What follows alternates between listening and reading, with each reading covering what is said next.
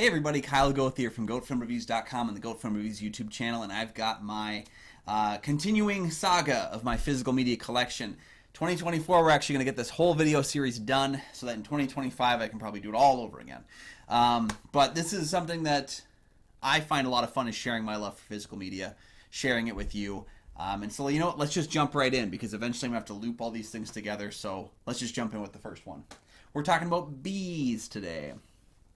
First, we have Babel, which actually was for the longest time my favorite Alejandro González Iñárritu film. I think now it might be shared between The Revenant or Birdman, but this is still one. When revisiting Babel, I was immensely surprised at how much this movie moves me still. Just an incredible character piece, and I feel like that 2 hours and 25 minutes just actually cruises by. It's incredible. Up next, we have Baby Driver. When you're Edgar Wright and you make as many great movies as he's made, it's weird to say this is probably one of my lesser Edgar Wright films, but I really love a lot of what he's done. So even having a movie that I think is great can still be low on the totem pole, but I quite enjoy Baby Driver. Still waiting on that sequel. I've got my 4K collection of the Back to the Future trilogy. Some of my most rewatched and favorite films of all time. I adore all three of these, particularly the first two. I actually grew up being a huge fan of Back to the Future 3. That was the one I watched on a loop. I don't know why, because I wasn't a big kid on Westerns or anything, but I just could not watch Back to the Future 3, to the point where I'm not entirely sure I'd seen the first two when I watched it. All right, we have the Bad Boys collection. This is comprised of Bad Boys, Bad Boys 2, and Bad Boys for Life. Full disclosure, I just posted my review for Bad Boys Ride or Die, which I think is a pretty solid little action film. Bad Boys 1, I think, is okay. Bad Boys 2, I think, is one of the worst movies ever made. But Bad Boys for Life, I quite enjoyed. So I have this pack pretty much because of that movie. All right, we also have over here Bad Dreams and Visiting Hours. This was a Scream Factory double feature. I actually bought it for Bad Dreams because I wanted to review it, and then I never got around to actually making that review. But Bad Dreams, a really cool little Nightmare on Elm Street kind of knockoff. Visiting Hours is a slasher film set at a hospital, and it features Michael Ironside and William Shatner. So do with that information. Let's see here. We got Terrence Malick's Badlands. This is currently my favorite Malick film. I haven't seen a lot of his works, but I haven't really connected with most of them. So Badlands is one I think is fantastic.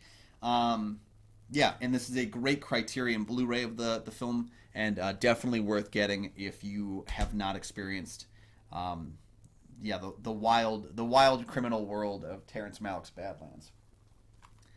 We got Bad Moms. We're going to go through a lot of bads here.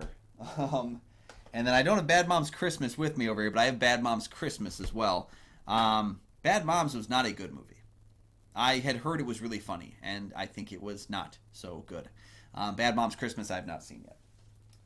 We have the collection of the Bad News Bears. So this is the original Bad News Bears, Bad News Bears in Breaking Training, and Bad News Bears Go to Japan, as well as the remake with Billy Bob Thornton.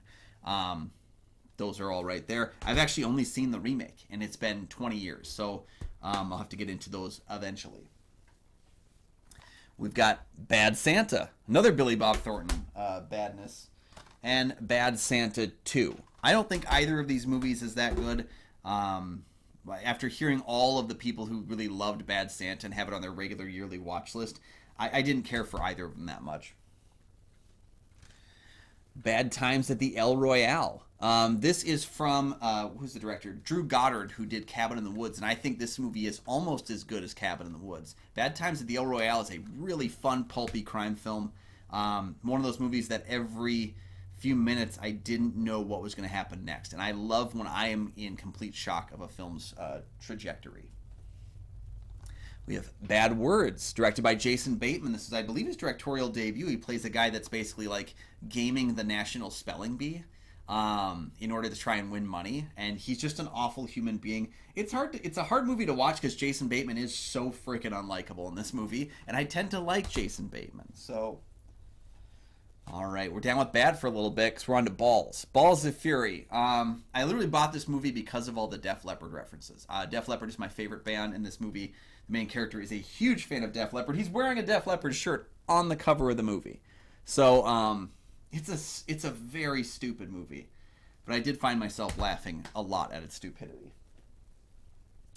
We've got Bambi, not one of the Disney films that I grew up with. I don't dislike it, but it's just not one I go back to very often. When I see it, I like it, but I just don't see it that often. All right, the Banana Splits movie. This was morbid curiosity more than anything. It was kind of like that time when people were waiting on the Five Nights at Freddy's movie to come out, and I was aware of the Banana Splits, and I was like, wait, you made a horror film with the Banana Splits as killers? It's not great. Danishka Esterhazy, I think, is also did, after this film, I think she did the Slumber Party Massacre remake. Bangkok Dangerous. If you know me, you know that if you give me a movie I do not own, I probably will keep it. This movie was given to me by my co-host from Kyle and Nick on Film, Nick Palatichuk. So his burn, my gain. I still haven't watched it yet. But I tell you what I have watched was The Banshees of Inisherin. Again, when you make as many good movies as Martin McDonagh has made in a run, even like a great movie like this is still probably my third favorite. But yeah, I mean, Martin McDonagh, he knows how to just really dour you down and make you laugh at the same time. And that movie's an infuriating experience because just like ghosting your friend and disappearing on them would make anyone nuts. On the funnier side of things, well, that movie's funny too, but we have Barb and Star Go to Vista Del Mar. This was a movie that I remember this title being on the upcoming films list every month when I would review like things that I should talk about. Kristen Wiig, Annie Mamalo. This is a very funny little comedy film that becomes like a weird action espionage film that turns back into a comedy again. Yeah, absolutely delightful and stupid movie. It's very, very funny, and it's very cute. We have my second favorite movie of last year, Barbie. I'm a huge fan of Barbie. I thought this movie was irreverent, was funny, was scathing. To have a studio that owns, to have Mattel sign off on this movie is wild to me. And I'm so happy it got nominated for Best Picture. I would have loved to have seen it win because my favorite movie of the year was not on the list. So, Barry Lyndon from Stanley Kubrick. As you can see, it's still wrapped up, so haven't touched it yet. It was a gift from my mother for Christmas. Mom, I'm sorry. I will watch it, I promise. We have Basic Instinct. And yeah, I got Basic Instinct too. Why not? The first Basic Instinct, I think, is the greatest erotic thriller of all time. The second one is kind of duddy. It's not very good, but I have it. So, all right, we have, strangely enough, Basket Case 2 and Basket Case 3, The Progeny. So I have the first one digitally just because I needed to get it quick for a project I was working on, and then I eventually got the other ones. Basket Case, funny enough, I'm actually one of those guys that I love the two sequels more for Basket Case than the original film. The original film works on me better every time I watch it, but there's a lot of that people screaming. It's really annoying characters, whereas 2 and 3 I think is pretty wild and interesting. So up next we have the Batman 1943 serial collection. This is the 1943 segments, all 15 of them. Came into this actually with just a random purchase pickup when I was acquiring some new videos, and I saw Batman, so I got it. We have The Batman, which is a great Batman movie. And you know what? If you didn't think Robert Pattinson could do it, it meant you only watched Twilight, because I think he is phenomenal as an actor and so very, very good. We're going to go through a good chunk of Batman here, so stay with me. We have the Batman 80th Anniversary Film Collection, which has Gotham Knight, Batman Year One, and Under the Red Hood, Bad Blood, Batman vs. Robin, Son of Batman, both parts of The Dark Knight Returns, Assault on Arkham, The Killing Joke, Batman and Harley Quinn, Gotham by Gaslight, Batman Ninja, Batman Return of the Cape Crusaders, Batman Mask of the Phantasm, Mystery of the Batwoman, Superman Batman Public Enemies, and Superman Batman Apocalypse. I've only watched a few of those, but I think DC's animated stuff is consistently on fire. Very, very good. Then we got this 4K of Batman and Superman Battle of the Super Sons. This one was like a 3D CG, like a very different visual look to the the franchise and visual look for kind of a standalone film, and it's okay. I think the story is a little bit better than the actual animation. The animation's really wonky in here, and I did not care for the way the animation looked. We have Batman Death in the Family. This is a physical media that you'd almost have to really enjoy it, because it is an interactive movie. You make choices for the characters as you're watching the film. It is a short piece, though. It only runs maximum 31 minutes, and then comes with a bunch of other DC short films. So it's not really like worth like the 25 they tried to sell it for. But if you get it on sale, you get to actually make the choice about the saving of Robin, which I find an interesting little interactive thing. If you have the digital version, it's just the movie. Like, it's just a version of it. Got another copy of Batman Ninja for some reason. Batman Soul of the Dragon. This is an okay Batman Elseworlds kind of thing where, it's the 1970s. Bruce Wayne is, kind of learning karate and fighting people. And yeah, it's okay. Bruce Wayne and kind of, yeah, it's all right. We have Batman The Doom That Came to Gotham.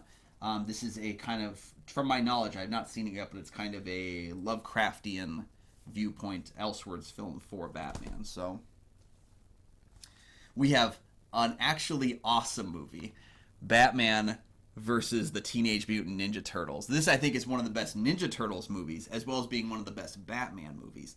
It takes full opportunity of all the Batman and Ninja Turtle characters and melds their lores together in a really cool little movie. I love this movie. All right, we have Battle of the Sexes. A movie I saw in theaters, have not watched it since picking it up at home, but I remember really liking the Steve Carell, Emma Stone of it all. Like, their interactions I found to be very interesting. I enjoyed the direction from, who is it here, Valerie Ferris and Jonathan Dayton. They did Little Miss Sunshine. It's a cool little sports film, but I need to revisit it. Battle Royale. Haven't watched it, acquired it for super cheap, just sitting on the shelf. Battleship. Haven't watched it, acquired it super cheap, just sitting on the shelf. The Beast. So The Beast is an Arrow movie, Arrow Video, and they used to do these half-off sales at Barnes & Noble on Criterion, but they would actually put a lot of the Arrow films half-off as well during that time. And so when I realized that, I basically picked up all of the Arrow films that were at my local Barnes & Noble without ordering online. It was just I could go in there and just get them all on half-off. And that's what The Beast was. I'm going to say the guy's name wrong, Walerian Borowczyk. It's a very weird reworking of Beauty and the Beast, and highly sexual. There's a lot of horse genitals. It's a weird freaking movie, and it's more shocking than it is anything else. All right, we actually have Beauty and the Beast, though. Like, this is the one that doesn't have the horse bits. One of my wife's favorite movies. And I don't inherently dislike the remake. The remake is fine. I think it's missing a little bit of the heart, but yeah, I think the thing is, Emma Watson, I don't think was the right call. She physically matches Belle, but I don't think she has the same kind of performance that maybe would have been required. But I think everyone else in the film is really good, and I don't dislike her in the movie. It's just I don't think she's as strong of a lead. Bedazzled. This was one of my comedies of the 90s. One of the ones I grew up on, one of the ones I watched a lot. I love Brendan Fraser, and I love Elizabeth Hurley. So have them both in a film? Sure. B-movie, Nightmare Fuel. Every time I watch it, a little bit more Nightmare Fuel than it was the previous time. Beer Fest, comedy from Broken Lizard. Is that the group? Broken Lizard, yes. I don't know why I was blanking on that. I might like Beer Fest more than Super Troopers. This might be my favorite Broken Lizard film. I really enjoyed Beer Fest. Going to Germany this year, we actually watched Beer Fest a few times. I don't know why, as if we're trying to like learn things about Beer Fest. When I don't know. Culturally speaking, I don't think it gets German culture very well, but that's okay. It's a very, very funny movie about the art of beering. All right, we've got Beetlejuice on 4K. This is kind of a more simplistic 4K, I guess. It's got some episodes of the show, but just kind of standard 4K release for Beetlejuice. I'm so excited for Beetlejuice, guys. I'm so excited for that movie. This was one of the early horror films I saw as a kid, and it messed with me because I'd seen the cartoon first and thought Beetlejuice was supposed to be a good guy. We have Before Midnight. I have digital versions of Before Sunrise and Before Sunset. Before Midnight I got later on as well. So I've seen Before Sunrise. I liked it quite a bit. Haven't seen the other two. We have Being John Malkovich, an acquisition from Hollywood, or Blockbuster when they closed. I got a lot of Blockbuster movies when they closed, guys. Being John Malkovich is such a weird damn movie. And hearing the stories behind the scenes of Being John Malkovich is even wilder. Just the creation of this film. It shouldn't exist, and I'm so happy it does. We have Beginners, another Blockbuster film that I own. Haven't seen it yet. Can't really speak much to it. Be Kind, Rewind. This is probably my favorite Michel Gondry film. I still don't think it's a great movie. Every time I watch it, I think a little bit less than what I saw before, but the idea of these two kind of knuckleheads accidentally deleting VHS films and then re-recording them, it is a nice love letter to the creation process of film and to honoring the art that came before. We have the Bela Lugosi collection. This is a Universal Pictures collection that has Murders in the Rue Morgue, The Black Cat, The Raven, The Invisible Ray, and Black Friday. The first three are ones that I've always been told to watch. So when this came into my possession, I was very excited to partake in that. Yeah, Bela Lugosi collection. Speaking of which, we also have Bela Lugosi Meets a Brooklyn Gorilla. I don't know what this is, but someone gave it to me. So that's a thing. Haven't watched that yet. Belfast was one of my favorite movies of the year it came out. It kind of got dogged for being, I don't know, too schmaltzy, too cutesy, and not being like thematically deep enough. But I also think like it's about as deep as its main character believes the world to be. It is a child viewing the world, and so I kind of felt like that it's you know, surface level of major events and more focused on what it was doing to the family, I thought worked really well. The Belko Experiment, which is kind of a weird little horror movie. It's it's about a bunch of people working at a business, and it gets shut down, and they're told that they have to kill each other, and it's a weird little horror movie.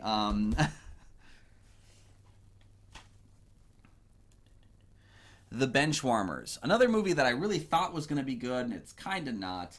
I forgot Rob Schneider was in this. That's unfortunate. It's not a good movie. The best part is it gets to sit next to my copy of Ben-Hur. So Ben-Hur is a movie that I'd not seen it when I picked up this DVD. I was sick one morning and decided to watch it, and I got about a half hour in, and I was not feeling that movie. I did not like Ben-Hur. I took the movie out. I set it down like with intention to finish it later on, and just never got around to it for a long time. One night my wife was working really late, so I decided with my two cats I'd order a pizza and we'd watch Ben-Hur. Which was an interesting choice, but we watched it all in one sitting together, and we kind of paused and did our intermissions, me and the cats and stuff. It was a great experience, and now it's one of my favorite movies. Beowulf. We got Beowulf. I am a huge fan of the Beowulf the actual written down Beowulf legend. I think it's a really cool story. I've read it in every single creative writing and literature class I've ever been in, so I've read it dozens of times. The movie is not great, but I think it's probably one of the better versions of it put to film. There's been a ton. There's been TV movies and miniseries and all sorts of stuff. Better Luck Tomorrow was a DVD that I have. It is directed by Justin Lin, and it actually has, what's the actor's name?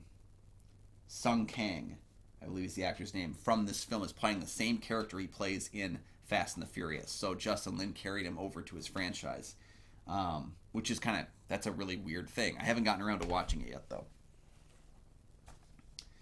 Better Off Dead, another Blockbuster acquisition. A coworker of mine in high school lent me this movie to watch, and I really enjoyed it, and then I kind of forgot about it for years. When Blockbuster closed, I added it to my collection. So next we have the Beverly Hills Cop collection on Blu-ray. I have all three films. I really like the first two. That third one, though, this is a true case of that third one actually is a really bad movie, and it's really unfortunate, and I can't figure out why it is. I've watched it now 2 or 3 times. I can't figure out why Beverly Hills Cop 3 doesn't work, but it doesn't. It really, really doesn't work. I'm excited for Axel F. I hope the fourth one's going to be better. But yes, the first 2 films, I think number 2 is my preferred film. Tony Scott directed that one. I have these films on DVD. I've had him on DVD a few times, and I've got him on Blu-ray now as well. So up next we have The BFG, Steven Spielberg film, one that I actually haven't watched yet. I bought it because it was a Steven Spielberg film and then didn't watch it. Up next, The Bible in the Beginning. I bought this around Easter one year. I think I've mentioned it before. I love biblical epics. See the aforementioned Ben-Hur. I love biblical epics. And this one's okay. How long is this one? This one is almost 3 hours long. I think everything except for the last story is really great. And then the last story drags. But anywho, interesting enough, yeah. We got Big. We're going to have some big movies coming up here, so get ready for that. Big, Tom Hanks, comedy, you know Big. You know Big. This I didn't know where else to put it, so it's Big Box of Horror, 15 movies. See if you know any of these. Well, Prom Night, yeah. Mother's Boys, Prom Night 2, Hello, Mary Lou, The Inflicted, Office Killer, Venom, Samuel Bleak, Evil Bong, Blind Witness, Dire Wolf, The Cry, The Nurse, Killer Killer, Meadowwoods, and Howling 4, the original Nightmare. Why do I have this? I don't know why I have this. I think I have this for the 2 Prom Night movies. And everything else that I've seen from this set has been not great. So, Big Eyes. Haven't seen it, but, Tim Burton movie. Seemed like it was worth checking out. He's actually got 2 bigs. He's got Big Fish. This is one of my favorite Tim Burton films. Big Fish is such a stretch, such a unique stretch about storytellers, but it's just a wonderful fantasy on its own as well. Got Big Hero 6, a way better movie than I expected. I thought this movie looked terrible when it came out. I did not have any interest in seeing Disney do a take with their animation department on like a really obscure Marvel like group. But wow, yeah, that one has worked consistently when I've watched it. Got a 4K of The Big Lebowski. I've owned this one a few times as well. One of the best screenplays ever written. My screenwriting teacher in college actually said this was the best screenplay ever written.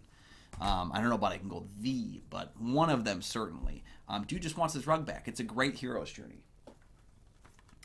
Big Miracle. I acquired this, was given this by somebody, haven't watched it. The Big Nothing. This is a movie I have not watched in about 15 years, but we watched this a lot when I was younger. And in fact, as soon as I worked at a gas station, and as soon as it went on their sale rack, I bought it. Someone put a little marker on there. It was number 1520 at the gas station I worked at. And they would sell movies when they weren't going anywhere. I couldn't find this thing anywhere out of my gas station, and so I bought it as soon as it became available to purchase there. The Big Short. Again, Adam McKay, much like a lot of other filmmakers, in that I think he made a lot of great movies so far, and so this one's probably my least favorite, but that doesn't mean it's bad. It just means one of my least favorite. Let's see. The Big Sick, one of the best romantic comedies of all time. Kumail Nanjiani and Zoe Kazan, based on Kumail Nanjiani's actual relationship with his now wife. They wrote the film together. Michael Showalter directed it. I think this movie is delightful and heartfelt and very weird. It's a very weird story. The Big Sleep. This is not a movie I inherently love. It's not one I really even like all that much. But someone gave me a copy of it. I've seen it before. I'll probably have to check it out again. And there's different versions of it. There's 2 different cuts in this film as well. So maybe I just watched the one that was less good. I don't know. It's confusing to me. Some more Big Trouble in Little China. I like this cover that's on here too. This slip cover for it. But this slip cover is not good. But this one I like. Big Trouble in Little China, again, solid John Carpenter film, one I enjoy quite a bit. Not top tier John Carpenter by any means, but it's nice if you're watching all of John Carpenter's movie to get just something that's incredibly zany and weird and action packed. Big Trouble in Little China actually has a deck building card game that was made about the movie.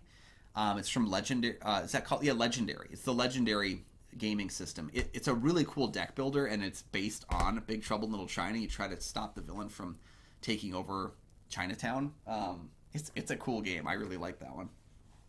All right, we have Bill and Ted's Excellent Adventure and Bill and Ted's Bogus Journey, as well as Bill and Ted Face the Music. A fun little trilogy. I actually watched, probably in the last year, I watched all three of these movies for the first time. So, Excellent Adventure, I think, is great. Bogus Journey, I think, is okay. And Face the Music, I think, is pretty darn good. It's a nice little trilogy, and it flows pretty well. So, all right, we also got Billy Madison, one of that 1-2 punch. Happy Gilmore in this movie, Billy Madison, put Adam Sandler on the map. And I think for his entire career, as far as comedies go, he's been trying to reach that same level. All right, up next we've got the Bing Crosby franchise collection, another collection of Universal movies. They actually did a lot of these collections, and I have a lot of them. They'll pick a specific actor, and they'll do a bunch of movies about them. And I like these because you can kind of go through a good number of kind of their most well and sometimes not well-known movies. But this one had Waikiki Wedding, Double or Nothing, East Side of Heaven, If I Had My Way, and Here Comes the Waves. I've not seen a single one of them. This was a rough year for acquiring movies that I haven't watched yet. Speaking of dumb shit, Bionicle, The Mask of Light, and Bionicle, The Legend Reborn. Do I regret owning them? Yeah, maybe. The Birdcage, Mike Nichols movie. I think this is a great comedy, one of the better ones of the 90s. It is a remake, I believe, of a... Oh, I don't have the... I can't remember the name of the movie this is remaking, but it's that was another comedy, I think, in the 70s. It actually had several sequels. Speaking of movies that had several sequels, Birdemic, Shock and Terror. I actually was just talking about this. We did an episode of Kyle and Nick on Film where we talked about Samurai Cop, and I was saying how this might be my favorite awful movie of all time because I can watch this thing every year and still get a lot to enjoy out of it. It's so bad. It's so bad, but there's not a single thing I can say that makes it better. Anyway, Birdman, one of the better movies from 2014, next to Birdemic, by the way. This movie, guys, this movie. I still don't know how to feel about this movie. I love this movie, but I still don't know, like, I can't put my head on, like, how odd and peculiar this movie was. I mean, we had Michael Keaton playing basically, former Batman Michael Keaton playing former Birdman Michael Keaton, directing a play, and it's done all in one take, and it's like Zach Galifianakis and Edward Norton are in the movie, and like, I can't even really place, I don't understand where it came from. Where did Birdman come from? Because when you look at Alejandro González Iñárritu, he did two kinds of films, really. He does these like hard-hitting dramas, and then he does these weird satires. And this is one of the weird satires, and I think it's the best of his weird satire movies. And yeah, just I can't get over it. I can't get over that movie. Birth of a Nation, not the one from 1917. This is the one directed by Nate Parker. I have not watched this, but this was one where it was going to be like, this was going to be the big Oscar movie of that year.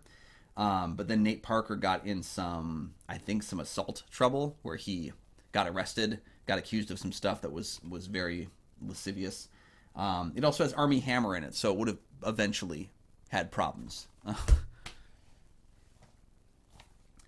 We have, what is it here? Umberto Lenzi's Black Demons. I don't know anything about this movie. I was told it was kind of rare, so when I came across it in a used video store, I picked it up. Pretty solid little horror comedy, The Blackening, from 2022. This was in theaters last year. It is a very, like, race-charged kind of a spoof, if you will, or satire. It's about a bunch of, the movie literally says, we can't all die first. If you want me to break down it, there's an episode of Kyle and Nick on Film's Saturday Scares with Kyle where I talked about The Blackening. Really wild movie about, a bunch of black friends who go to a cabin in the woods and get beset upon by a racist killer. We have Blackfish, hard to watch documentary. I got it because my wife was really interested in watching it, couldn't find it anywhere. Basically made us cancel our SeaWorld plans. We'll never go there. Black Hawk Down, I've seen it once. I actually got this at a apartment I was living at. Someone got kicked out and they left all of their stuff outside, so I gave it 2 days and I asked if I could just have all the movies. So Black Mass. I actually just had a colleague of mine tell me that I need to watch this one finally because I haven't seen it yet, and they really enjoyed Black Mass, the Whitey Bulger movie. One of my favorite movies from, was it last year? No, it had to have been 2 years ago. The Black Phone. Has this really been 2 years since the Black Phone came out? Oh God, time is moving. Black Phone's great. Black Sheep, the movie that isn't Tommy Boy, but yeah, it's funny enough. Black Sheep, the movie that isn't Black Sheep, but it's also Black Sheep. This is a horror film about zombie sheep. I'm not joking. Black Snake Moan, an incredibly watchable movie with Samuel L. Jackson, Christina Ricci. Again, another movie that I can't really place, kind of like Birdman. It's such a unique and odd tale. And I haven't watched it in a while, but I just remember this idea of like down south redemption of Christina Ricci's character, and yeah, what a weird movie to exist. Ah, the fact that we don't talk about Black Snake Moan more is shocking. We got Black Swan. This was my favorite movie of 2010. I think it was 2010, right? For one day. And then the next day I went and saw 127 Hours, and that became my favorite movie of the year. I don't know if they still are, but we were actually making a movie during that time. So, okay, we got a 75 years, 20th Century Fox Studio Classics collection. This has 4 films. It has Black Widow, but not that Black Widow. Call Northside 777, Dangerous Crossing, and Laura. Wait, is that Laura? Do I have a couple copies of Laura? Damn it. I got this for Call Northside 777. I had just been told by someone to check that film out, and then I found this used somewhere. So, up next we also have Blackula and its sequel, Scream Blackula Scream. Yes, these are real movies. I was doing a video on Count Yorga Vampire, and I had someone reach out that said, wait, that's an actual real movie? Yes, these were real movies. I like the idea that the first one is kind of like he gets the curse from Count Dracula in Transylvania and then kind of goes into sleep until he awakens in the 70s. It's a cool little idea for it. The first Blackula is okay, but I think Scream Blackula Scream with Pam Grier is it's a great sequel, and I think it's better than the original. All right, up next we've got Blade Runner: The Final Cut. This is the 4K of that one. I also have the 30th anniversary collection on Blu-ray. This has the other cuts of the film. It has the final cut as well, but it has the theatrical cut, the international cut, and the director's cut. I've only ever seen the director's cut and the final cut, but I love the final cut of the film. And let's see here, some stuff that went with that. And then I've got Blade Runner 2049 on 4K. I also have it on 3D. I got rid of my 3D TV, rest in peace 3D TV, but I haven't had the nerve to get rid of my 3D copies of movies yet, so still sitting on Blade Runner 2049 on 3D. Blades of Glory. Stupid movie. Stupid comedy, kind of funny. I don't know, it's from a period of time where I was buying way more movies than I probably needed to buy. The Blair Witch Project, and also Blair Witch. I have a digital version of Book of Shadows, but it's not good. I don't like the Blair Witch Project either, but I think Blair Witch is actually a pretty good little legacy sequel to it. We have The Blob. This is the Steve McQueen The Blob on Criterion. I also have from Kino Lorber, they released Beware the Blob, which this movie is actually directed by, I'm right? Yeah, Larry Hagman. This was directed by JR from Dallas, did the second Blob movie. That's kind of freaking weird.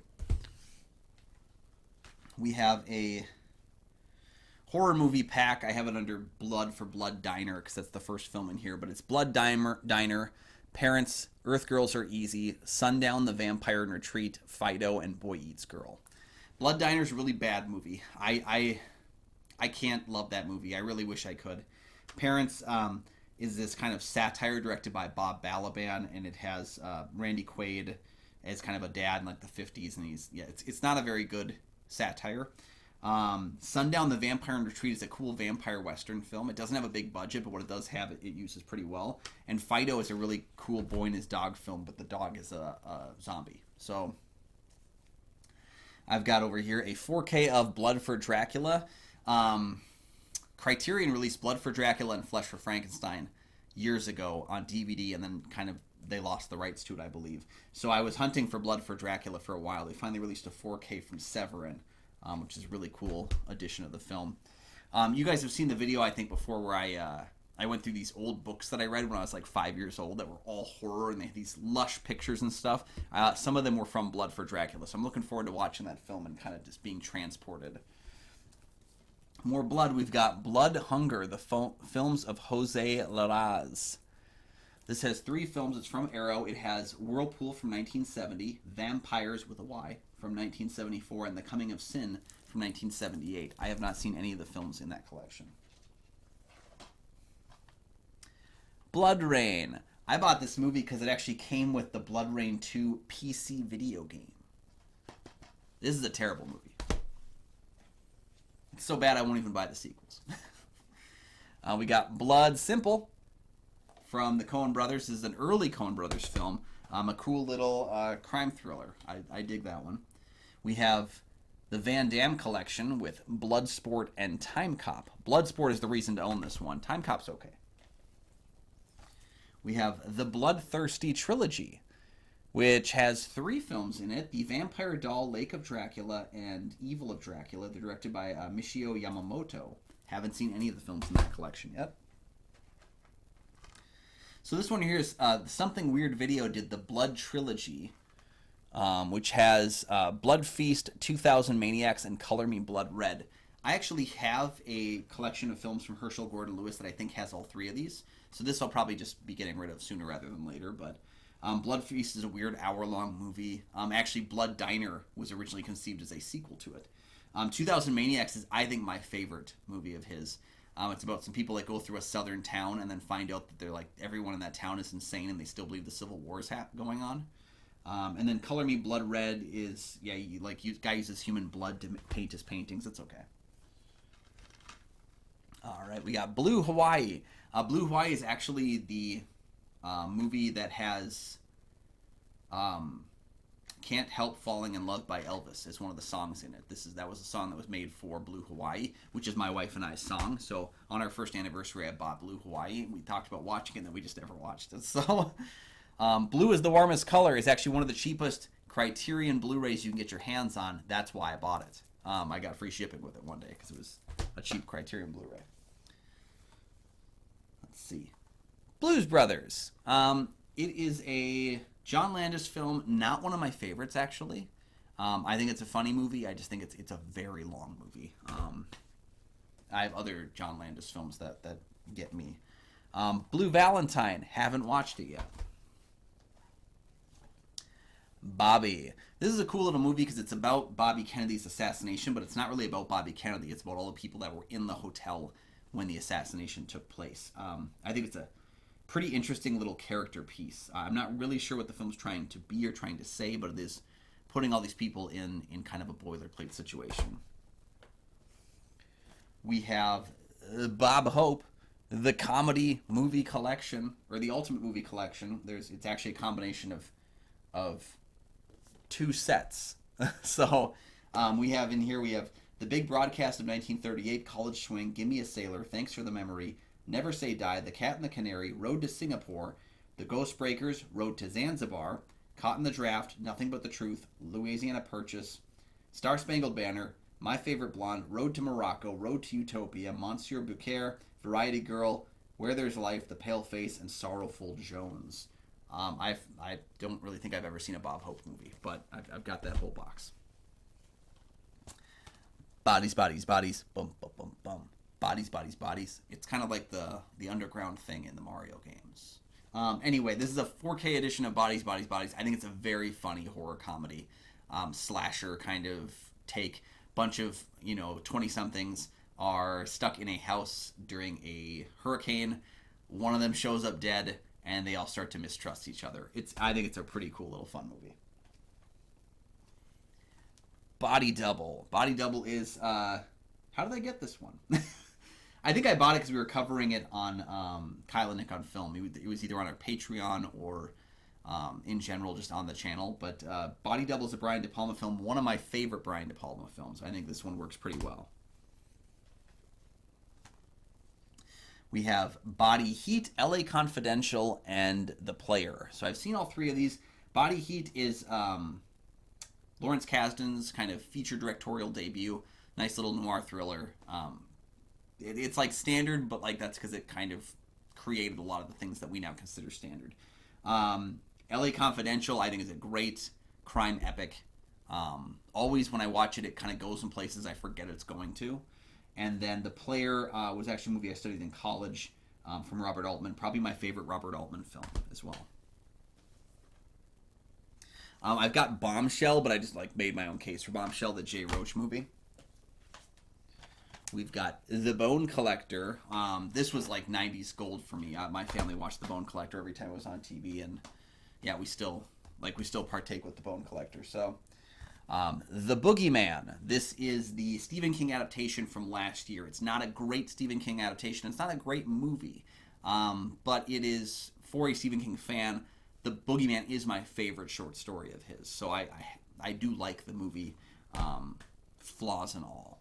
It's actually more of a sequel to the short story in some ways.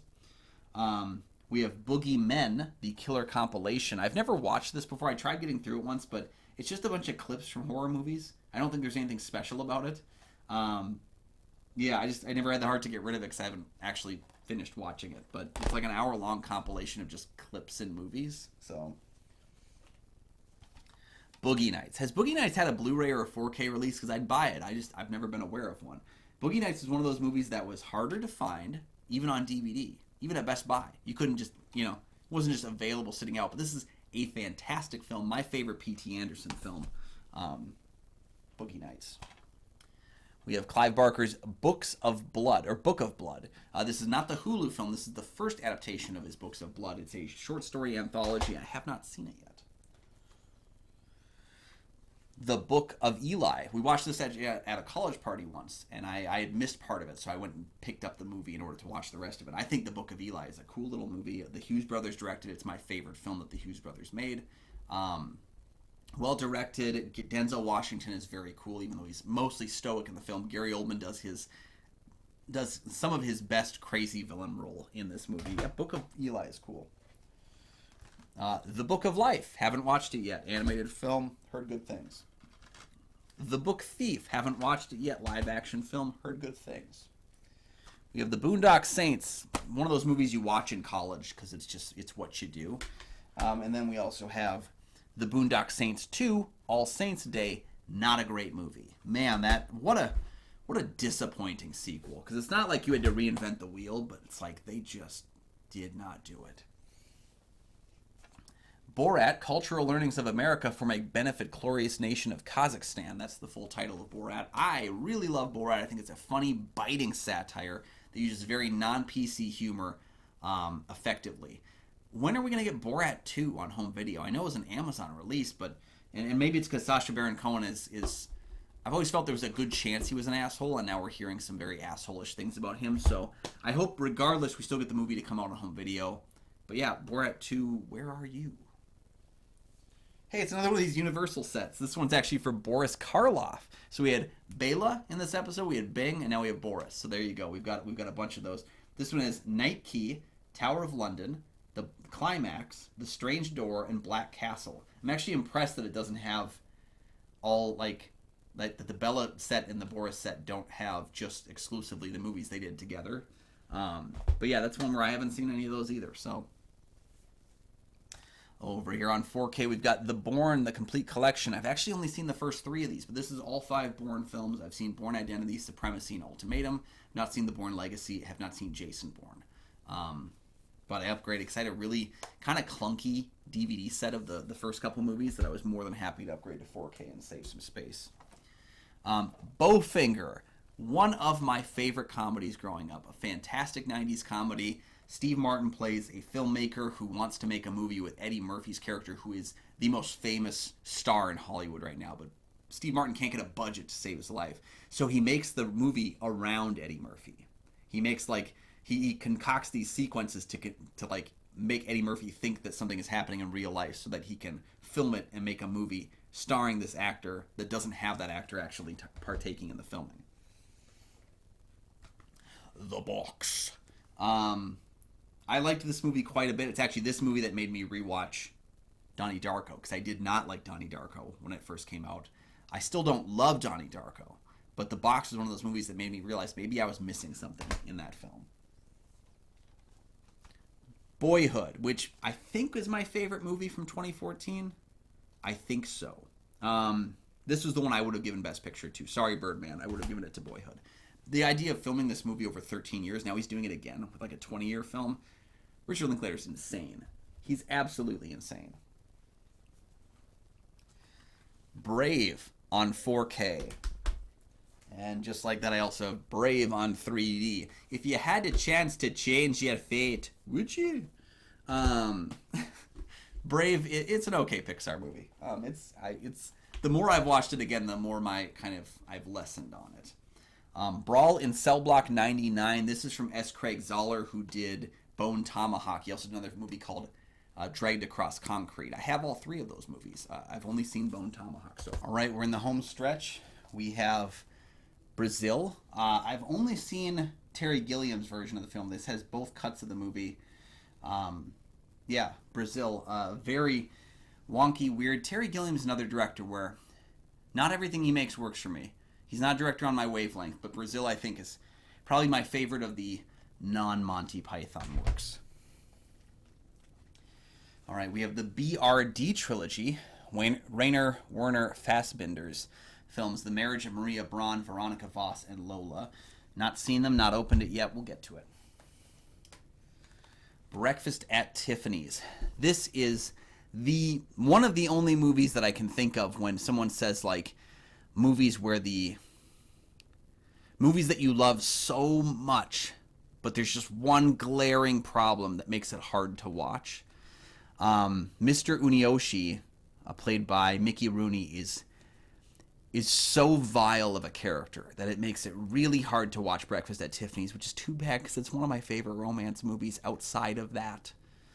And it's one of the only times where I think to myself, if you could get rid of it, like if you could cut all of the Unioshi stuff out that isn't integral to the plot, which is most of it, you could get away with this movie and make it a lot less difficult to watch. And I rarely say that, but I wish there was a cut that had that.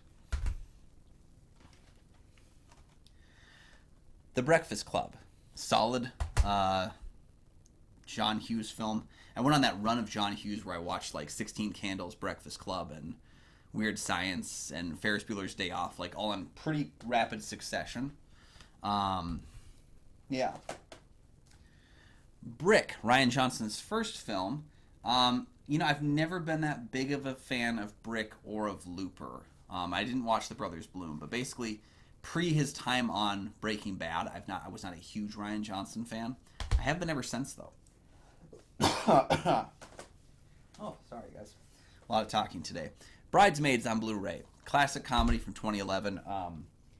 It's fun to see a movie that is so blatantly raunchy with an all-female cast. You got to give that credit because it just wasn't done that much prior to that, and I don't know if it's ever been done as good as they did it in Bridesmaids. It's a very funny movie. Bridget Jones's Diary. Bought that for the wife. Bridget Jones, The Edge of Reason. Bought that for the wife. I'll tell you right now, though, I do kind of love Bridget Jones's Baby. I do kind of love that one. We've got Brightburn on 4K. It's a cool little horror film. I think it's almost like they raised it up to this standard where it has to be as good as a Superman movie to make it worth existing. I don't know. I think it's a horror movie, and I think it's a pretty good little horror movie. We have A Brighter Summer Day, which is from Edward Yang. Went on a kick where I bought a bunch of Criterion movies that I'll never get the chance to watch because they're too damn long. This is one of them. It comes in just under 4 hours. I hope I get a chance to see it one day. Hell, I'll probably be too busy watching all of the Bring It On films. So this is Bring It On Again, Bring It On All or Nothing, In It to Win It, and Fight to the Finish. There was other ones, but my wife really liked Bring It On 1, and so I bought this set because it was cheap. I think it was cheaper than buying the movie on its own. All right, we've got Brink. I don't know anything about Brink. I just remember it being a movie that people told me was harder to find, so I got it. Brokeback Mountain, one of my favorite romance films of all time. I think Jake Gyllenhaal and Heath Ledger have tremendous chemistry, and yet they also have chemistry with Anne Hathaway and Michelle Williams. It's just a gorgeously put together tragic love story. that's controversy got in the way of it hitting greatness, because I think it deserved a Best Picture run at the very least.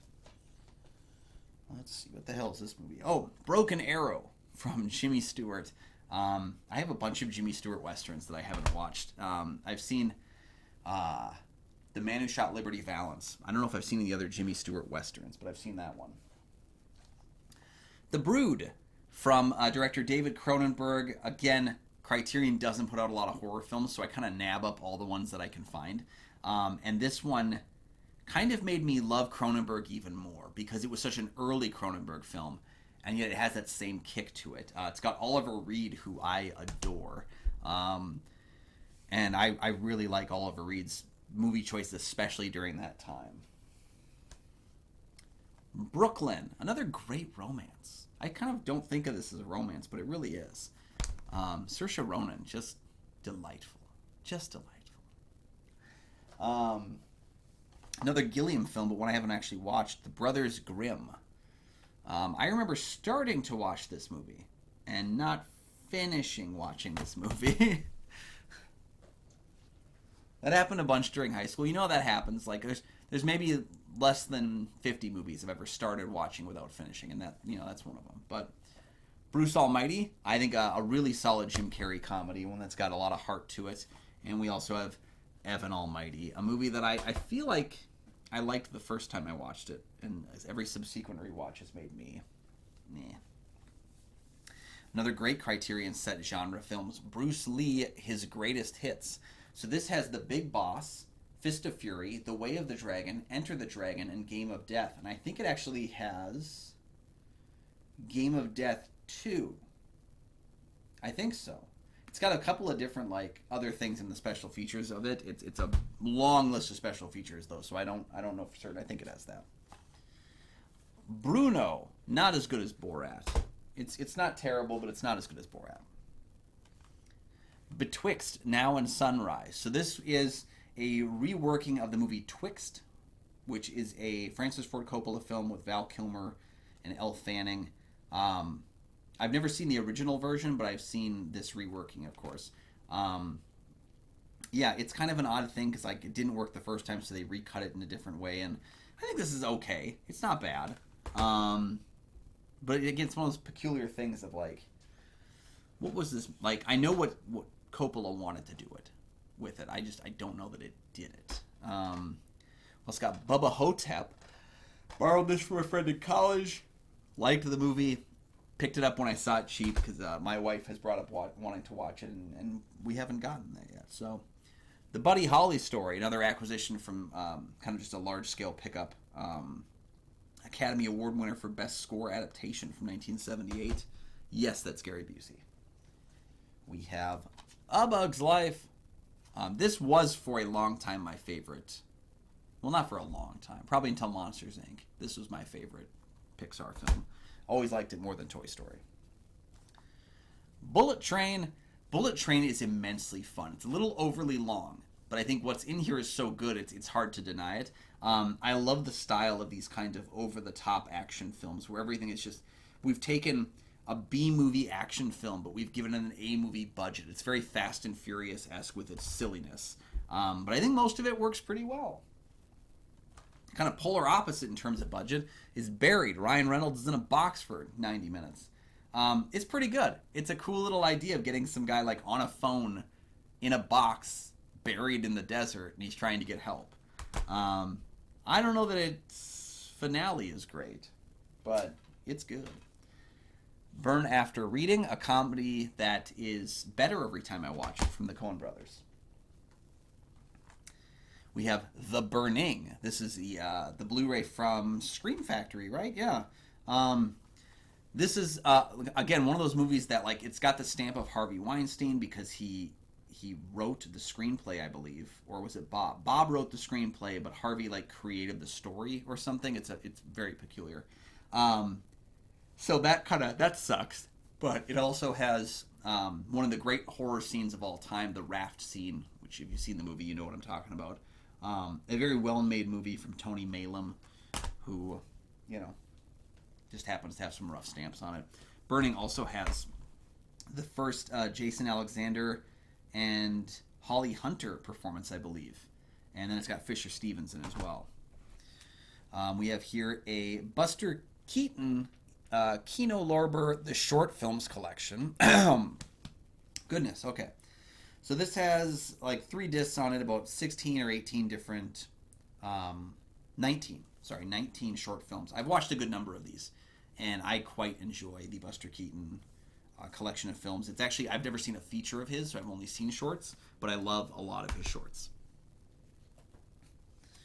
All right, we have Butch Cassidy and the Sundance Kid, but this also contains The French Connection, The Hustler, and MASH.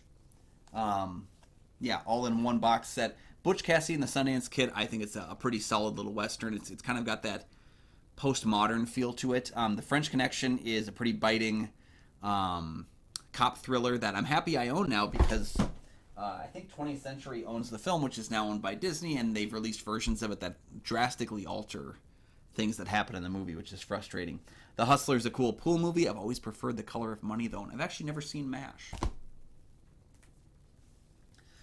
Lee Daniels is The Butler. Haven't seen it. This was one of those movies that felt like the Oscar bait of that year. We have The Butterfly Effect in the Infinifilm. You know, Ashton Kutcher was recently talking about movies that could be made with AI. This probably could have been. I also have this 2-pack that is the first 2 Butterfly Effect films. I don't know that this 2-pack has both cuts of the movie. I like the alternate ending of the original film better.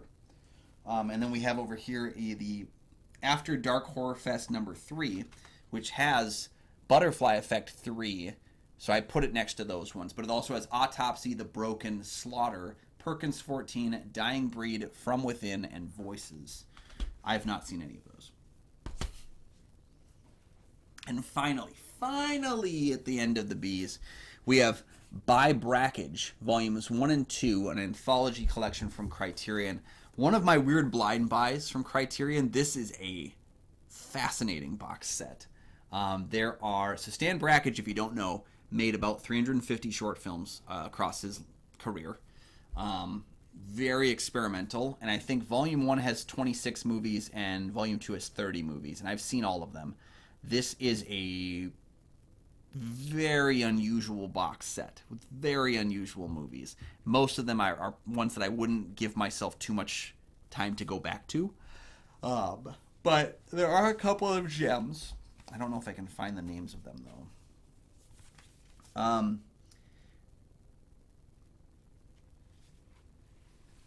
Yeah, I'm trying to remember the names of them. There was one that was like a film on birth, and there was one that was a film on autopsies, and they're both extremely like in there, like looking at stuff up close.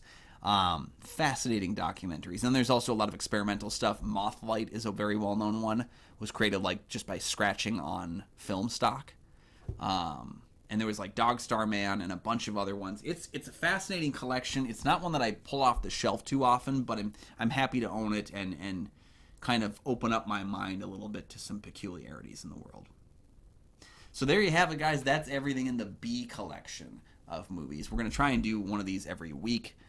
Get this collection banged out through the end of the year so you can see all the films in my collection. And we'll do some TV at the end. We'll do some box sets, some big stuff off the shelf. Let me know if there's any films in here that I hadn't watched that I told you about that you think I need to watch. Let me know in the comments section. If there was movies that I have in my collection that you loathe or love, I'd love to hear about that too. What are the things that stand out to you? I don't get rid of movies, so even if I watch them for the first time and hate them, they usually sit on the shelf because there might be a time when I would need to recheck it out. And so I just never really get around to getting rid of them because I figure what's the point? You don't make money off of selling your physical media for the most part, so what's the point? Like, just keep it on the shelf. So let me know your thoughts on that down below. While you're down there, please like and subscribe. There are 2 free things you can do that help support the channel immensely, and you never miss new episodes of the show as they drop. Check out GoatFilmReviews.com for my many written reviews. You can check out Goat Film Reviews on Facebook. You can follow me at Almighty Goatman on Twitter, Instagram, Letterboxd, and Threads. You can find my show Kyle and Nick on Film that I co-host with Nick Plawchuk from the St. Paul Filmcast. We have new episodes of that show every single week. You can also find the link down in the description with all those other links for the Minnesota Film Critics Alliance. They have great reviews as well as mine on that page. Go ahead and check that out. We'll see you next time. Thank you so much. Bye.